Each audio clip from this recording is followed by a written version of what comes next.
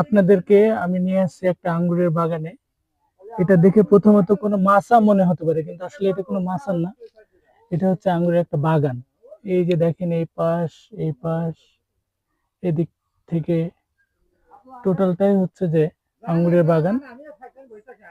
একটা সামান্য মধ্যবিত্ত পরিবারের ছেলে ইউটিউব দেখে উৎসাহিত হয়ে সে নিজেই আঙ্গুরের বাগানটি করেছে। আমরা তার বাবার সাথে কথা বলেছি। তার ছেলে সামান্য পরিমাণ একটু লেখাপড়া জানে, কিন্তু সে খুবই এক্সাইটেড এবং আশাবাদী যে সে জীবনে কিছু একটা করবে।